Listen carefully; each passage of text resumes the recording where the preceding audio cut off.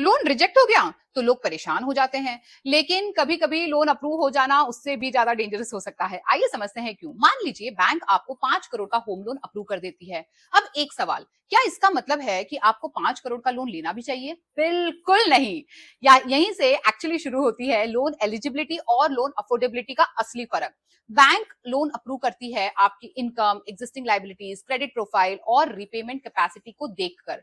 लेकिन बैंक को ये नहीं पता ना आपके अगले 5-10 साल के फाइनेंशियल गोल्स क्या है, बिजनेस एक्सपांड करना है, बच्चों की हायर एजुकेशन है, रिटायरमेंट प्लानिंग है, या कोई नई इन्वेस्टमेंट अपॉर्चुनिटी आप एक्सप्लोर कर रहे हैं। और इसीलिए बैंक जितना लोन देने को तैयार है उतना लोन लेना जरूरी नहीं कि एक सही फाइनेंशियल डिसीजन भी हो। अब असली बात सुनिए, एलिजिबिलिटी बताती है बैंक कितना लोन देने को तैयार है, अफोर्डेबिलिटी बताती है कि आप कितना लोन अपनी लाइफस्टाइल, लिक्विडिटी और फ्यूचर फाइनेंशियल गोल्स को कॉम्प्रोमाइज किए बिना अफोर्ड कर सकते हैं। और दोनों हर बार एक जैसे नहीं होते। अब सुनिए आज का smart borrowing framework rule number 5। Bank की लिमिट आपकी लिमिट नहीं होती। लोन अप्रूवल एक अपॉर्चुनिटी हो सकता है, लेकिन बोरोइंग डिसीजन हमेशा आपकी स्ट्रैटेजी डिसाइड करती है। अगली बार लोन लेने से पहले खुद से सिर्फ 3 सवाल पूछेगा।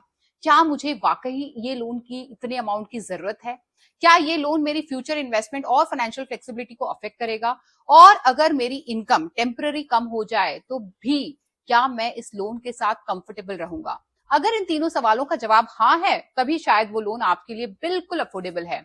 आपके हिसाब से बड़ा लोन लेना ज्यादा इंपॉर्टेंट है या सही लोन लेना? कमेंट्स में जरूर बताइएगा। और मिलते हैं अगले एपिसोड में जिसका टॉपिक है कैश है फिर भी होम लोन क्यों। याद रखिए, हर लोन की कहानी होती है, सवाल सिर्फ इतना है, क्या आप उस कहानी को समझते हैं? धन्यवाद।